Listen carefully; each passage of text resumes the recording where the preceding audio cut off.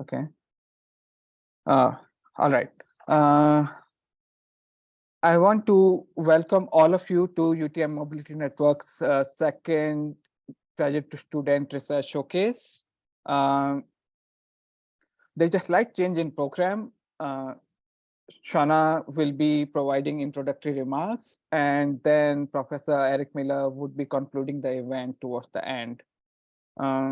Before we start the event, we wish to acknowledge this land on which the University of Toronto operates. For thousands of years, it has been the traditional land of the Huron-Wendat, the Seneca, and the Mississaugas of the Credit. Today, this place is still the home to many indigenous people from across Turtle Island, and we are grateful to have the opportunity to work on this land. I will hand over to Shauna, who will be providing introductory remarks now.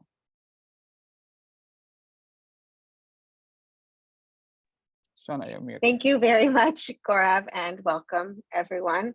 My name is Shauna Braille. I am an associate professor and the director of the Institute for Management and Innovation, and I am also the associate director of the Mobility Network, leading the activities of the Mobility Network at the University of Toronto, Mississauga.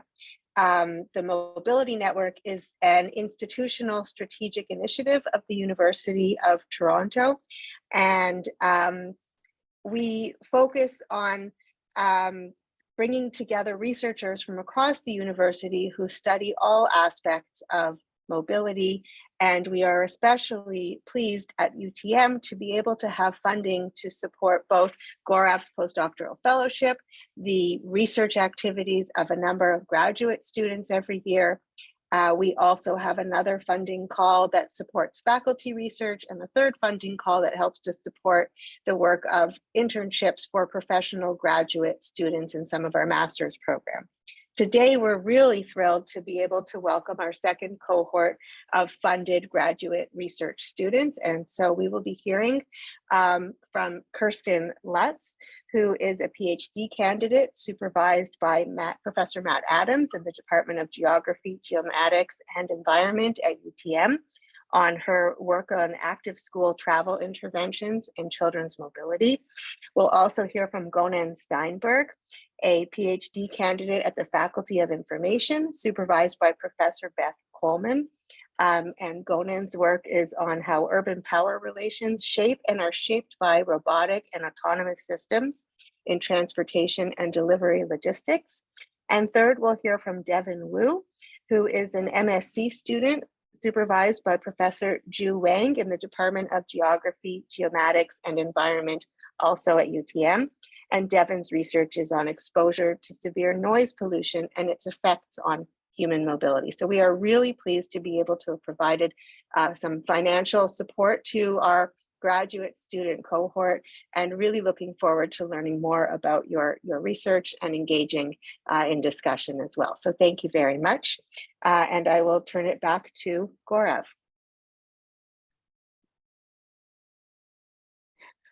Thanks, Shauna. Thanks for the introductions. And without much delay, I would call Kristen to present her research. Her mobility network research focuses on whether active school travel interventions can increase children's mobility and reduce school air pollution.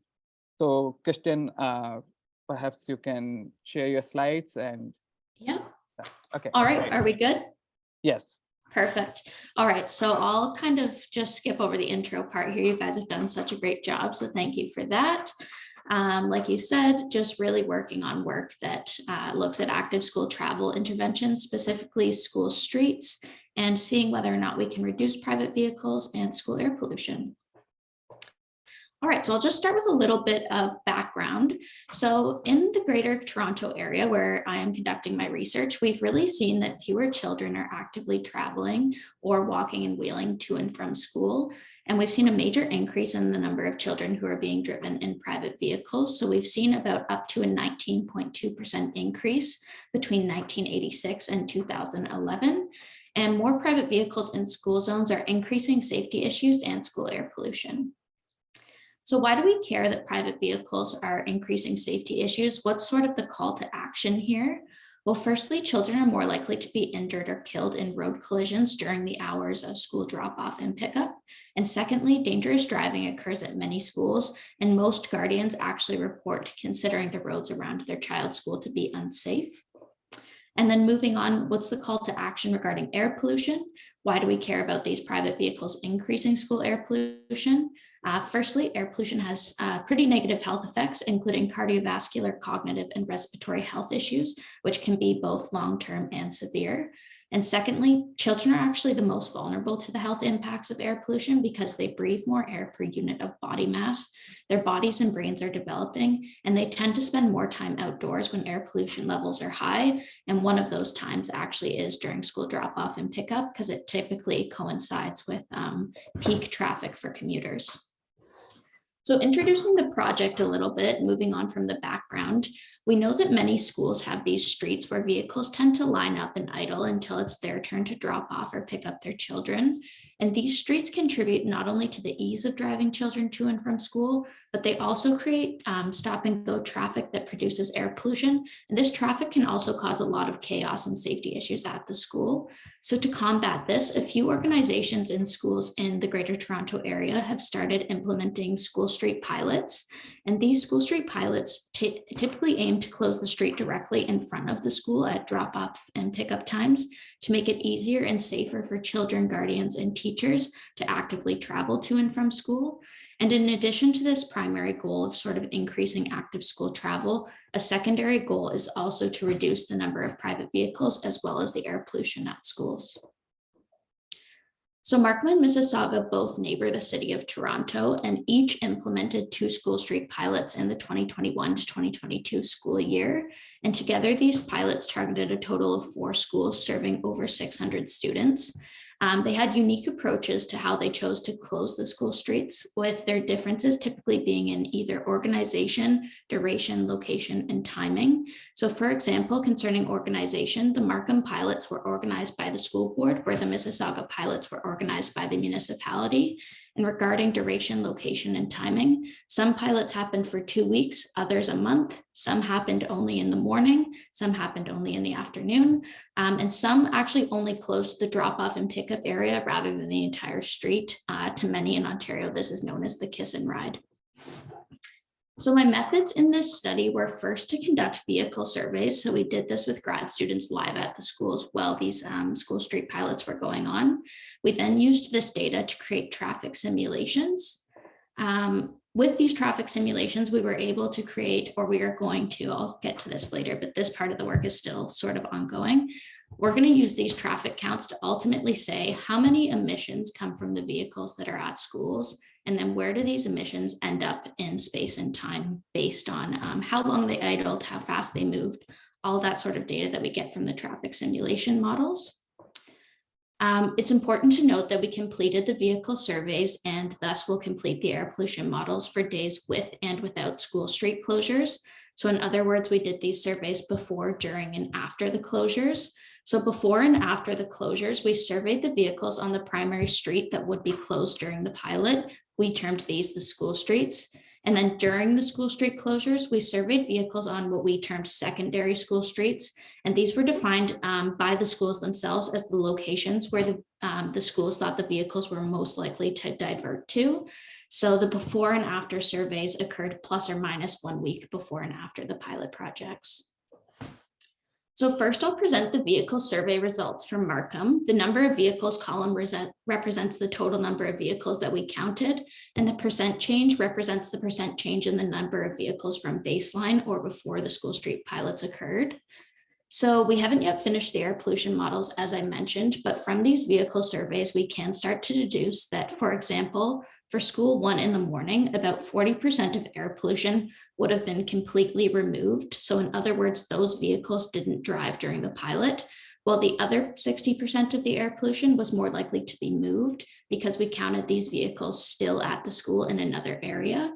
So we do suspect that when we create these air pollution models, the relationship between vehicle reductions and air pollutions isn't going to be completely linear, but we're going to investigate this because a major limitation of these projects regarding air pollution is that quantifying air pollution is both costly regarding finances and time. So if we're able to sort of deduce what this relationship looks like, it might create easier opportunities to work on this type of work in the future.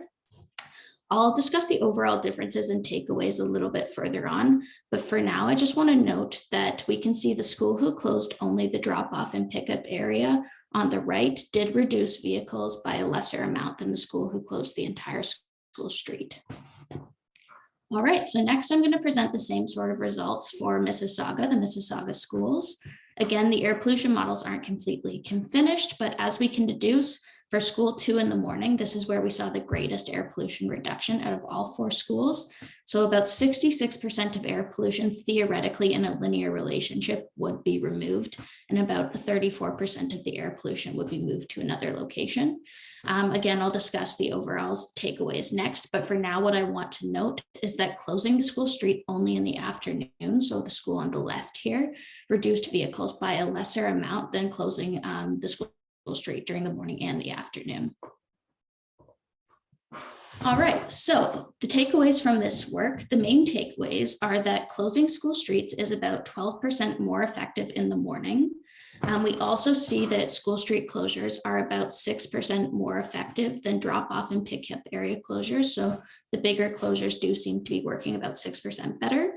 After closing the school streets, reductions in private vehicles were about 32% greater in Markham than Mississauga. So this may suggest that the municipality maybe had better resources or organization than the school board alone. This could also be due to external factors like attitudes of the neighborhoods we surveyed in, or even weather. Major limitation of our analysis, in my opinion, was that we really worked on those cusp months where we see major weather changes. So the pilots occurred in May. So baseline data was collected in, let's say, April, when we can see our weather go from 10 degrees to 20 degrees. So that really could have affected the number of children we saw walking. But the overall takeaway here is that more private vehicles in school air pollution are moved than they are removed.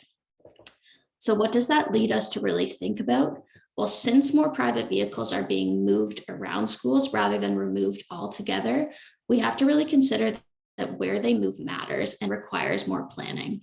So in these images, you can see that on the image in the left, if the vehicles move right next to the school, the air pollution might stay in the school zone. Whereas if they were to move more away from the school, more like the image on the right, the top purple line there, we might see the air pollution pull further away from the zone. So none of these pilots actually had diversion plans for where the vehicles would end up. That was probably, in hindsight, now looking at this, one of our greatest limitations. And another reason why where vehicles really matters to us is that the observations at the schools and during the vehicle surveys, when we weren't directing vehicles, we actually created more chaos. There was lots of confusion from the cars there. So we saw lots of illegal 3-point turns, U-turns happening. So yeah, just having a diversion plan, if this was to ever happen again, would be super, super important. And then finally, we believe our research is significant because active school travel proponents really have little research to understand the efficacy of school street closures, but they're operating under a positive outcome assumption because they've been rather successful in Europe, but the Canadian studies are limited. Ours was the first study in Canada to evaluate these closures, and they seem to be an effective way to reduce private vehicles and school air pollution, but more planning and research is needed. Yeah, thank you for listening. I've got my collaborators on the left and you wonderful funders on the right. So thank you so much. Thanks, Kirsten. Thanks for wonderful presentation, and you were taught on time. In fact, 10-20 minutes, 10-20 seconds sooner than before. Maybe we can move to next presenter. Next presenter is Gonen. His research project for the mobility network focuses on how urban power relations shape and are shaped by robotic and autonomous systems in transportation and delivery logistics. So over to you, Gonen. Yeah. Thank you very much, Gaurav. And thank you everyone for being here. Thank you for the Mobility Network for sharing this event. And what I want to talk about today is less constructive than what we've just seen, which is very clear and beautiful. But my aim here is to discuss my research, which is still in its initial stage.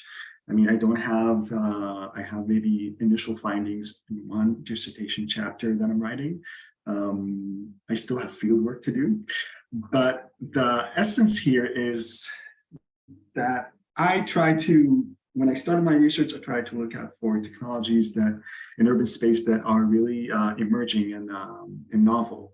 And so I've seen that really in the last few years. We've witnessed the introduction of tests and experiments with robotic and autonomous systems in the real world, everyday context of cities around the globe. So we have examples such as experiments in deployment of autonomous vehicles for ride hailing in major cities across US and China, the testing of autonomous drones for personal medical delivery, and robots that roam the sidewalks of college campuses in the US for food delivery. These, as you see in the images above, and similar examples point to an increasing number of urban experiments involving the deployment of robotic and autonomous systems for the transportation of people and goods around urban space. And the current research about this topic and the current questions that revolve around robotic autonomous systems in urban space are really talk about different implications. How will these systems affect our urban spaces, affect our ethical decisions? So questions such as trolley problem dilemmas. Should we hit one person or 5 person? Should we hit ourselves or another person? Legal implication, who is liable when an accident happens? And of course, material implications. How will space change and shift?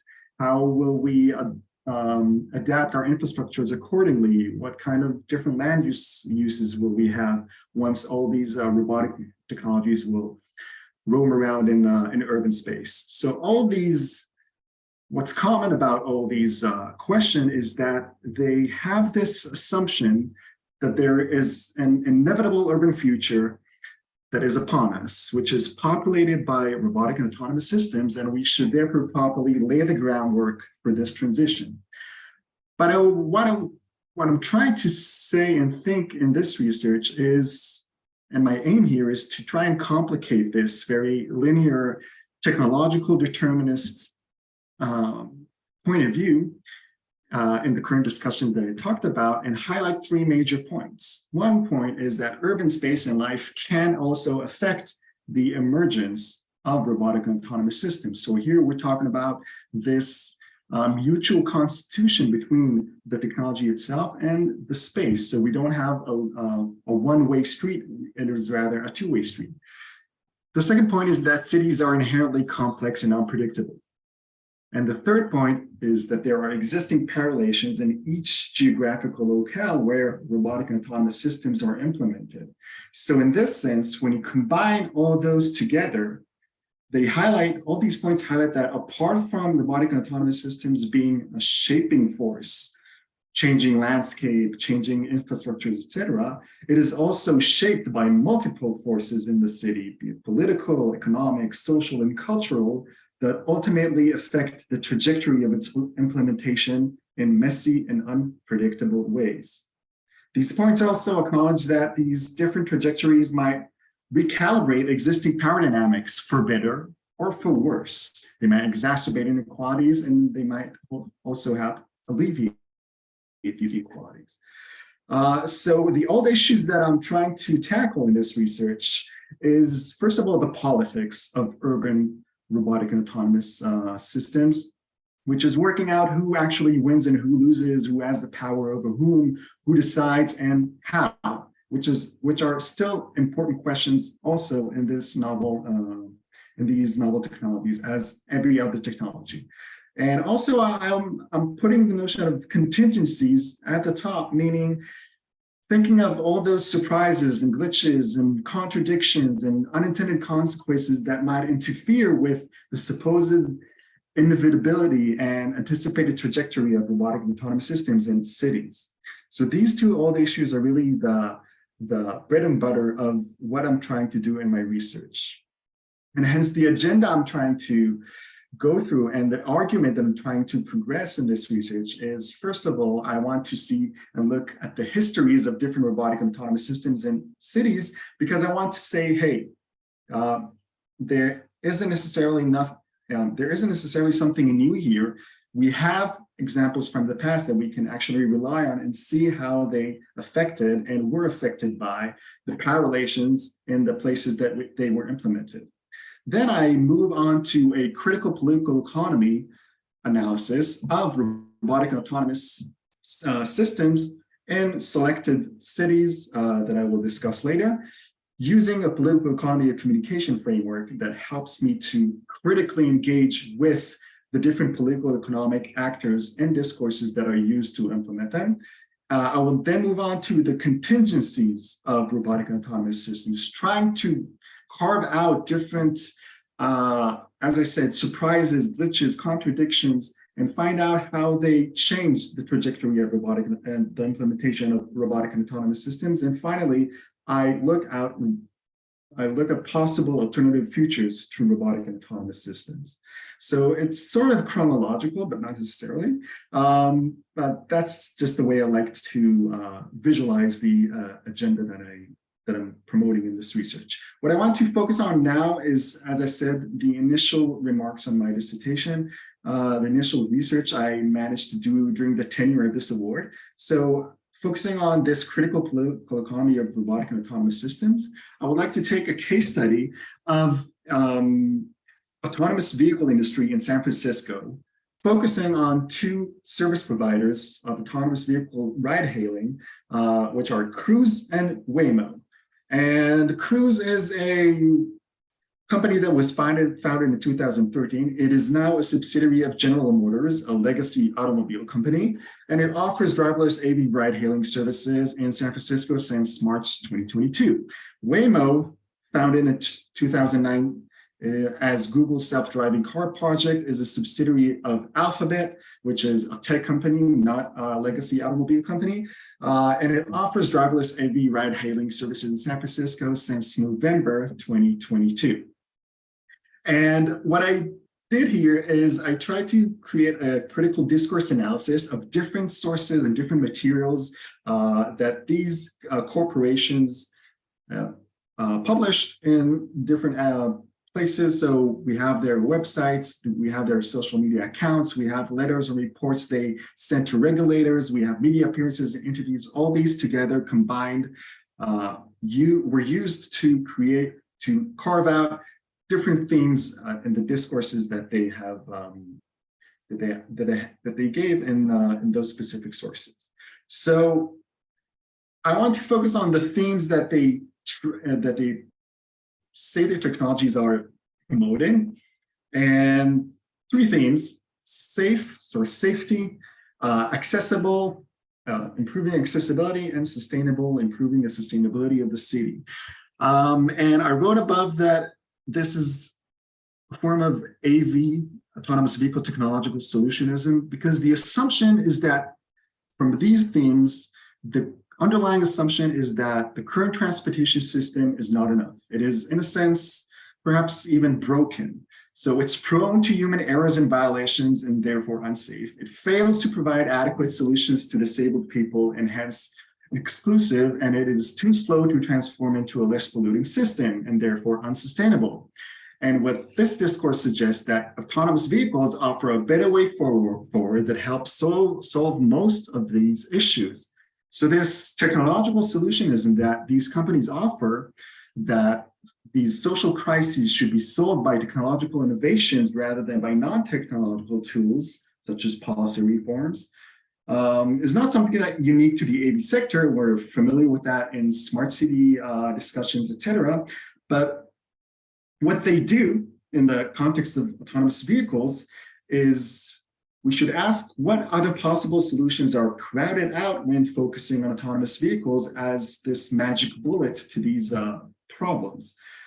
So, for example, Alternative solutions include improving safety and sustainability by actually diminishing existing automobile regime and car-based architectures to make way to other ways of moving around, or improving accessibility options in already existing public transportation networks instead of building a new networks of cars and autonomous vehicles that move people around. So this is really a taste of what I've been doing in regards to this research and the initial findings I have for the critical political economy part.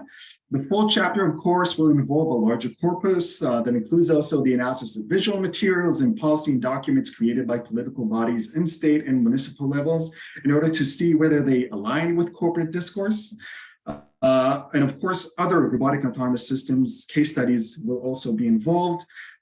So you see here Starship Robotics and Starship Technologies in the University of Wisconsin-Madison, where I will go and for field work and see how they operate in space, and as well, and Wing, which is a subsidiary of Alphabet as well, and they have their delivery drones in the town of Christiansburg, Virginia. So here too, I will do a critical discourse analysis to try and figure out exactly what forms of discourses and themes are extracted by these corporations as well, and municipalities where they operate. There are also, as I said, the contingencies of robotic and autonomous systems. Haven't got to writing anything about this yet. Sources I will be using is observation, interviews from fieldwork I will do in each of the 3 places I will be visiting: San Francisco, University of Wisconsin-Madison, and Christiansburg, Virginia. Also user-generated content online and news articles from different media outlets to unravel the different failures and contradictions that might, as I said, hinder this streamlined, frictionless image of robotic and autonomous implementation into mobility networks across the United States. And finally, robotic and autonomous systems may have alternative futures. And here also, I will focus on interviews and user-generated content in order to eventually see how I can extract different futures that are created by different, be it community groups or individuals, to, as we said, corporate imaginaries of robotic and autonomous systems in urban space. So thank you very much for listening. Back to you, Gaurav. Thanks, Conan. Very interesting presentation. I really enjoyed it.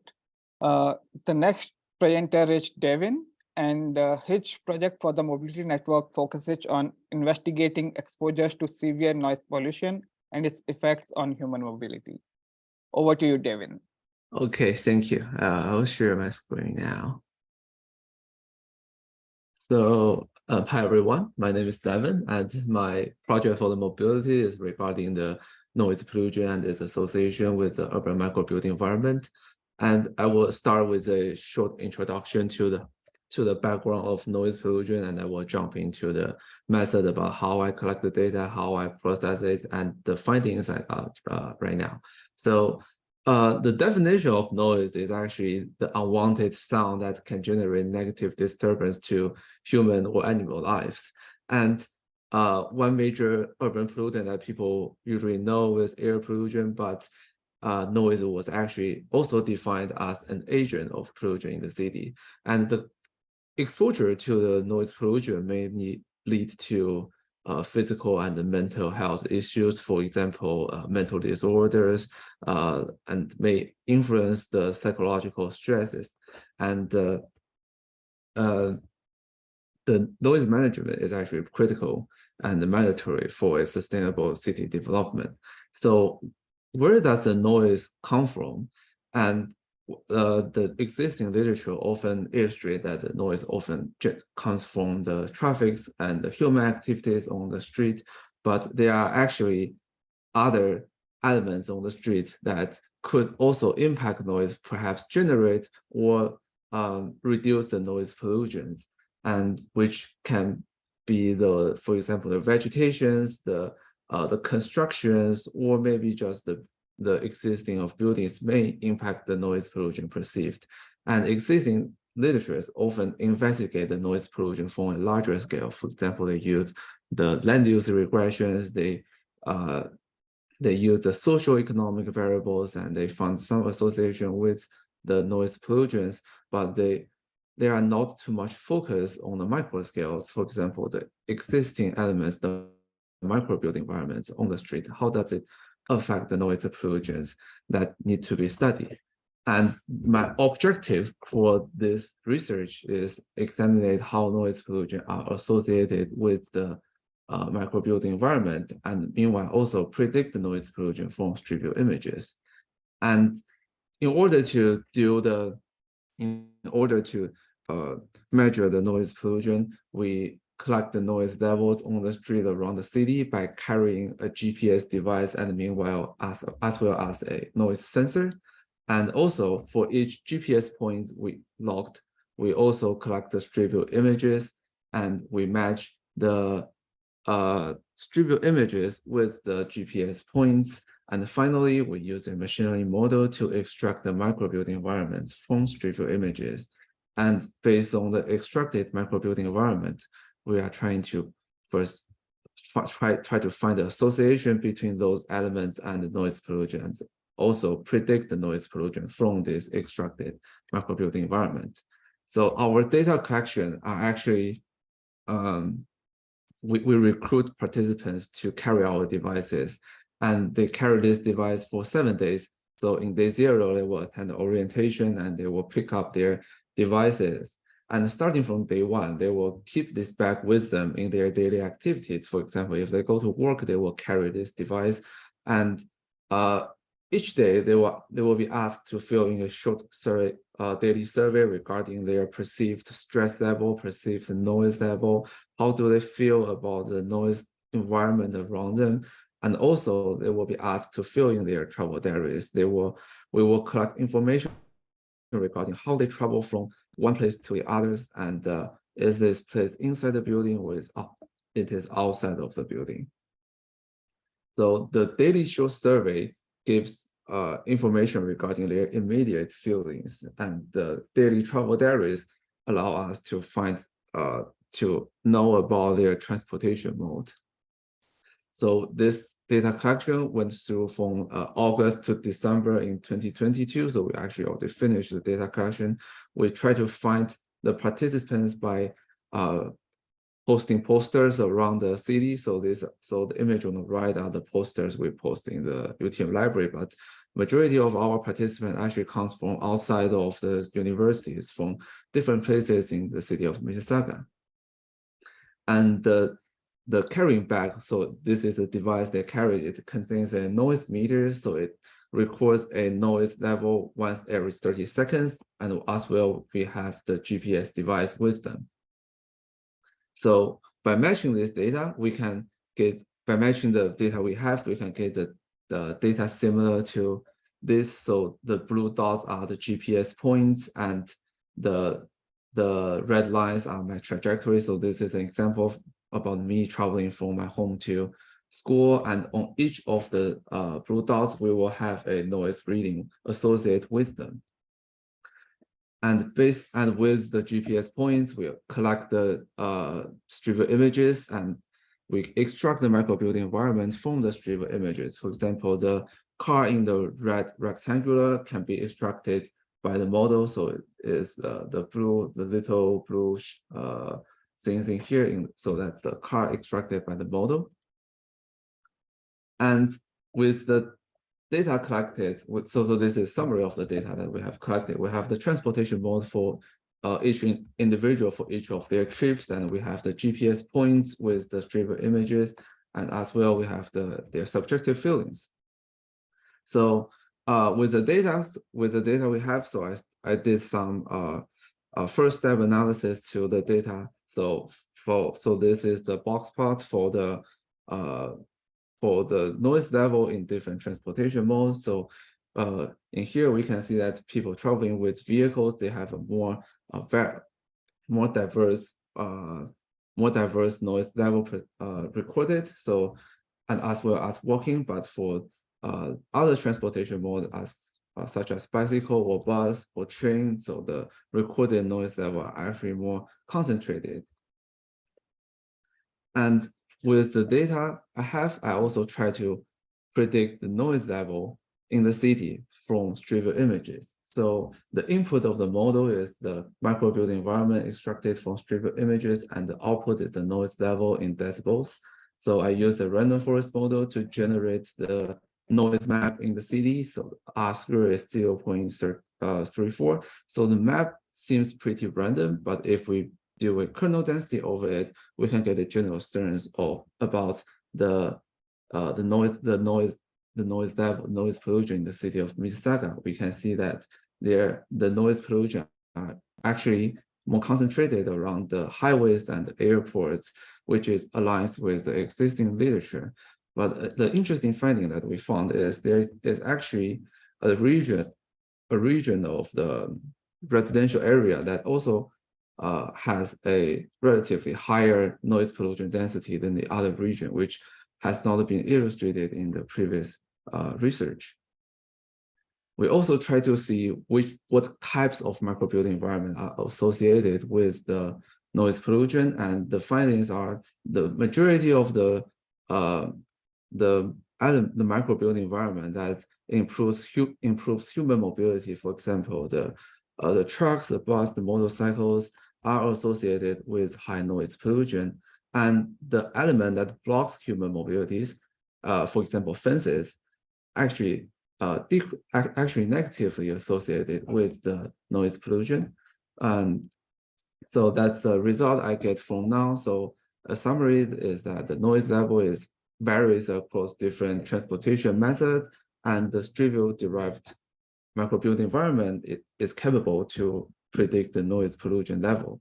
And the microbuilt environment that improves human mobility are positively associated with the noise pollution.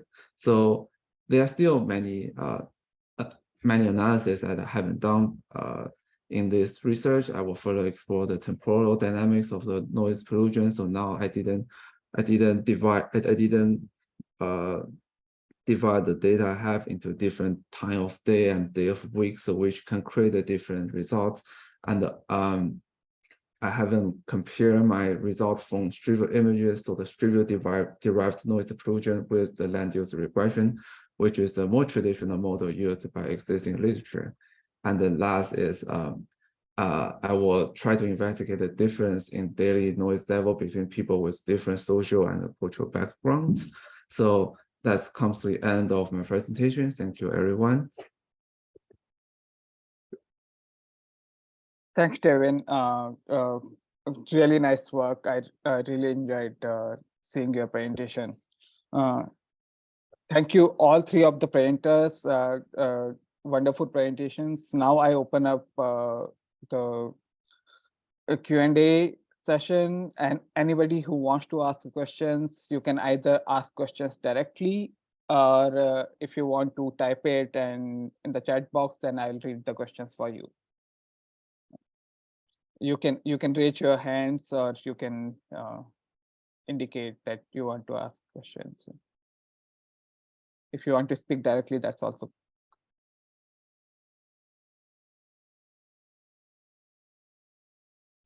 Gaurav, can I ask a question?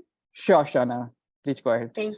Thank you. I have a question. It's for all three of the speakers. First of all, thank you very much for presenting your work. I think I speak for all of the Mobility Network when I say we're really proud to have supported your research.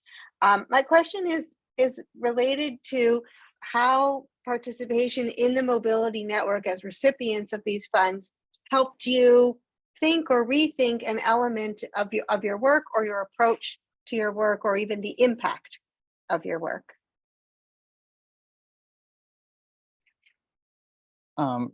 Perhaps it's the question for all three of you. Yes. Kirsten, do you want to take it first, and then perhaps Conan and then Devin? Yeah, sure. I can kick it off. I think for me, the nicest thing about the support from the Mobility Network was that I felt like it bought me time to really explore certain aspects of my research more in depth. So perfect example that I can provide is regarding this sort of issue that we have going on with school streets projects, where measuring and quantifying air pollution is this really expensive sort of task to do. And with this award, it's allowed me to have more time to really look into that relationship of linearity or non-linearity between the number of vehicles and air pollution. That wasn't something that I necessarily would have had time to explore without the support of this award. Yeah, so just the time and the extra sort of resources to really go into depth on these research questions has been amazing, and I'm super appreciative of that. Thanks, Christian. It's great to know about that you were able to do something which you could not do otherwise with this funding. Conan, do you want to go next? Yeah, I would like, first of all, to second that in terms of I can actually do my field work in 3 American locales, spend around a week in each, which is for me something that I wasn't sure I was able to do beforehand, and both financially and because I never really experienced doing field work in the past. And also the fact that I'm just, being simply registered to the Mobility Network newsletter and seeing all these different aspects towards questions of mobility, always as I approach different questions that I'm tackling, saying perhaps I can add another layer of understanding, being through engineering or being through energy and climate perspective, and perhaps thicken my argument a bit more. So this interdisciplinarity that the Mobility Network creates through its multitude, as we've seen here in these presentations, the jumping between quantitative and qualitative research. For me, at least, it is still really important to just think more broadly about my research. Nice. Thanks, Conan. It's really good to know again that you like the interdisciplinarity of Mobility Network. That was, of course, the objective of the network when it started, and we are happy that it fits into your thinking too. Devin, do you want to go next? Yeah, so I think the contents that the Mobility Network posted and all the information provided are pretty inspiring. So for me, I didn't focus too much on the mobility part of my research. I was more focusing on the urban environment, on the street environment, and being able to participate in this funding. I can focus more on the mobility part of my data, which I never focused before. For example, the noise pollution difference in different transportation modes. I did a short analysis about it, but it's pretty interesting. I definitely want to do more about it.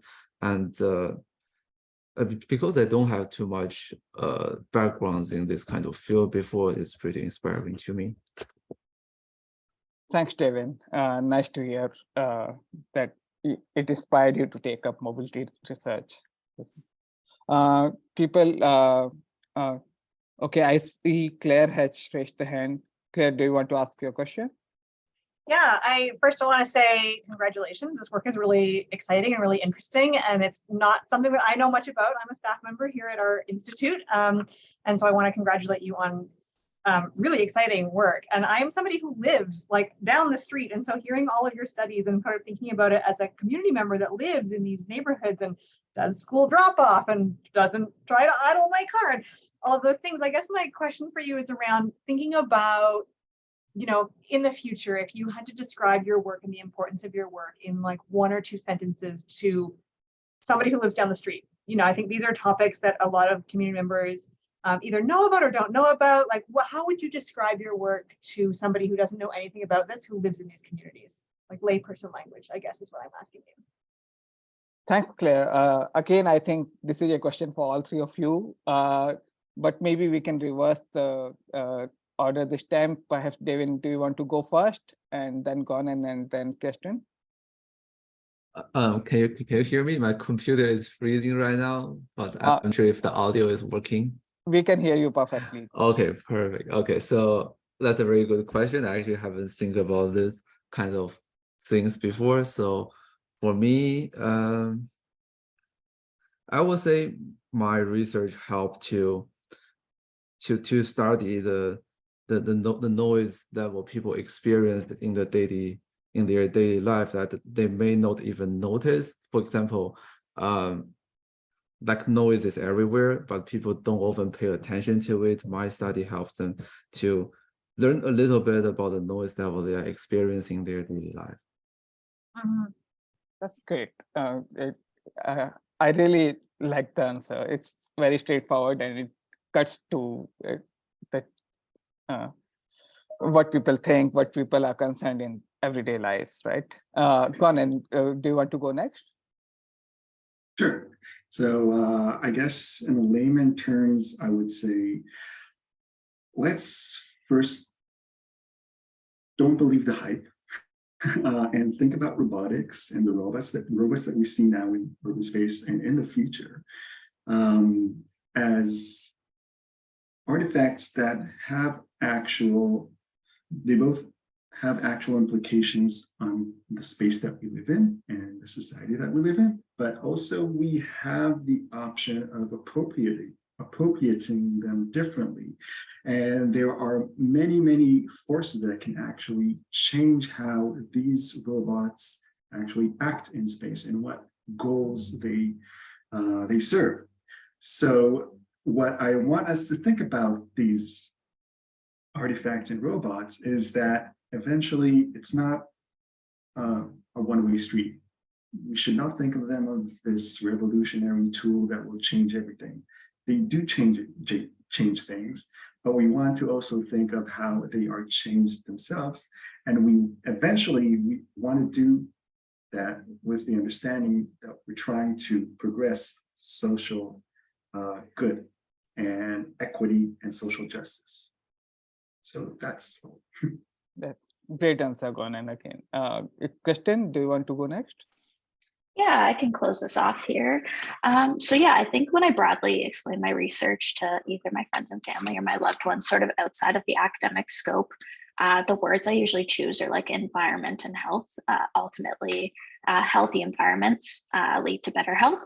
And that's sort of widely accepted, I think, amongst the public. But when I really think on my school streets work, particularly addressing the community, I think when we think about communities, schools can often be sort of like the heart of communities. They're really located often at the center, very accessible. So if we think about the school in terms of like the heart of community, healthy hearts, healthy communities, healthy bodies. So the heart really is the crux.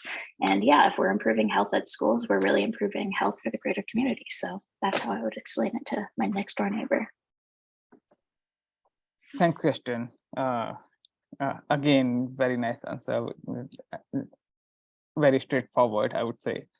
Are there more questions? Is there anyone else who wants to ask anything? I think also we have lost Devin. Perhaps his computer just froze or something. So perhaps questions for Kristen and Conan, and not Devin right now. So actually, Gaurav, I have a question. I guess if there's no others, it's for Kirsten. This is a very techie question. I may have missed it, but you talked about simulation. What simulation software did you use? How did you actually simulate the movements?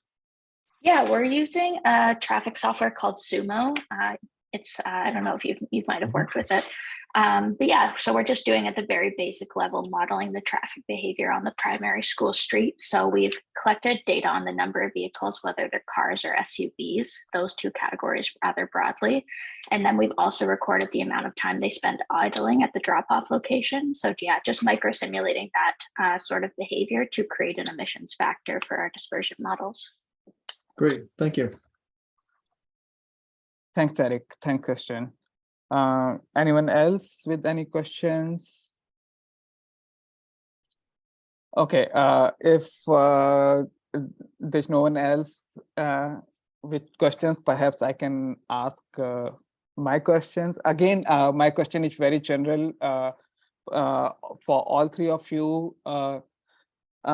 Something which Claire asked, it's a follow-up to that. And now I want to ask you what are the policy implications of your work if an administrator asks you, or if a policymaker asks you that what kind of policy implications could your work? I know that your work is still in progress, so it's not that you can give policy recommendations, but what are the implications which one can draw from your work?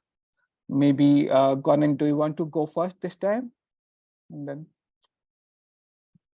Yeah, so I think one of the major policy implications that I can think of is for local governments and also state governments to acknowledge, first of all, the importance of creating a robust framework for implementing these technologies in the first place, and questioning whether we should implement them. Okay, that is a question that also should be asked. And if should, how, and if they actually really answer to specific social needs that we have or not. The reason I'm saying that is because there's a difference in the way in the United States, different states actually respond to or build frameworks towards the implementation, for example, of autonomous vehicles. So you have these states that the only framework that is necessary to actually implement is around safety. And then you have states that have these more robust frameworks that discuss beyond safety also issues of social equity, transportation justice, accessibility, etc. So as robust as you can be, the implication I think is, again, it's a recommendation rather than implication, but that's my recommendation for that. thanks, Gonan. Christian, do you want to go next? Yeah, sure.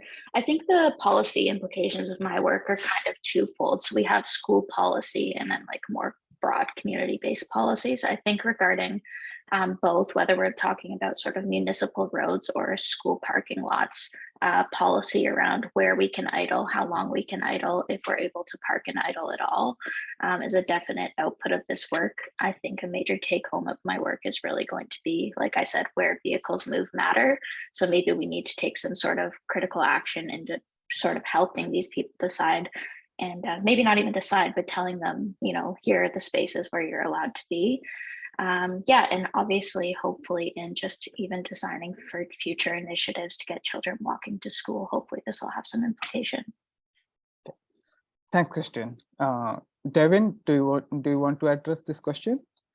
Yeah, sure. So mine is more about the future city planning. So I hope my result can give some insight regarding what are affecting the noise pollution in city, in transportation, so that the city could pay more attention regarding noise pollution as one of the pollutant in the city, and so their future planning can try to reduce the noise pollution for the residents and create a better environment for everyone. I hope for. Right. I just have a follow-up question to you, Devin, if you don't mind. In your experience, how can this noise be reduced? Is it that we have to change the vehicles make, or the way vehicles are manufactured, or is it something else? How can the noise be reduced on streets? How can the noise? How can the noise? How can we reduce the noise on a street? I mean, reduce the noise. Yeah, reduce the noise. So there are some ways I don't know regarding how to reduce the noise. So the research focusing on how increase the vegetation on the street can reduce the amount of noise produced by the vehicles, and also they can try to, so for highways, they sometimes have those noise barriers beside the highways if there is a residential place beside it. And the research actually found that those noise barriers are pretty useful. They can reduce the noise, and other cities, they try to install those solar panels on the noise barriers and to produce some electricity for the nearby residents. So I don't think there are too much of actions that the city of Mississauga take to reduce the noise either in the highways or in the residential areas. I see that not too much action they have taken before. So I think this can provide some insight to them regarding reducing the noise pollution in the city. Great, great. Thank you. Thanks, Devin. And I think there's something for City of Mississauga to think about how they design their streets. Okay, before I hand over to Eric for concluding remarks, I just want to inform everyone that the UTM Mobility Network would be running the third graduate research funding competition in September. So please keep a lookout for the call and please circulate it among your friends, also among your students who would be eligible to apply for these grants. So with this note, over to you, Eric. Okay, well, thank you very much, Gaurav. And yeah, and perhaps just very quickly to introduce myself for people who don't know me, I'm a professor in the transportation section in the Department of Civil and Mineral Engineering, and I am director of Mobility Network. And I just like to echo what Shauna and Gaurav have already said about, very, very excited to see this research. I think 3 very interesting presentations. Mobility Network has been created to truly build a network of mobility researchers across the 3 campuses. And that has many, many dimensions to it.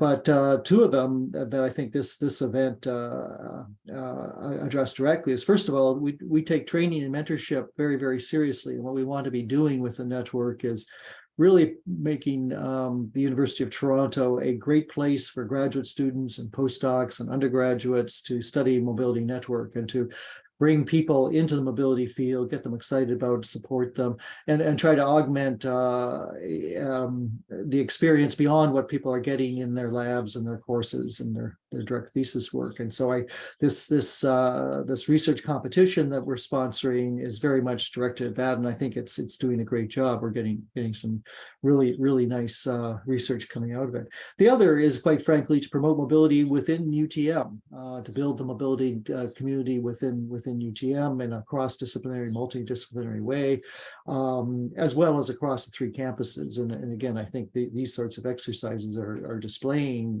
that there is an interest, an appetite to do mobility research, and it's something we'd like to promote. And I guess the final thing is, Gaurav, do we have the Mobility Month slide? I just want to give a promo. Today's event is the kickoff of what we've labeled Mobility Month at the University of Toronto. We just have a very large number of activities going on, events of various sorts. This lists most of them here, and I think this just illustrates that Mobility Network is alive and well and active across the 3 campuses. Suburban Mobility's Research Day, for example, is coming out of UT Scarborough. And so I would encourage people to check some of these things out, check out our website. Some of these things are invitation only, but some are open for general participation. So I guess I would encourage everybody. Thank you for your involvement in the research, the research contest, and your interest in today's event. But stay in touch, get involved, join the community. So again, thank you very much, and have a great day. Thanks, Eric, and thank you everyone for joining us. Have a good day.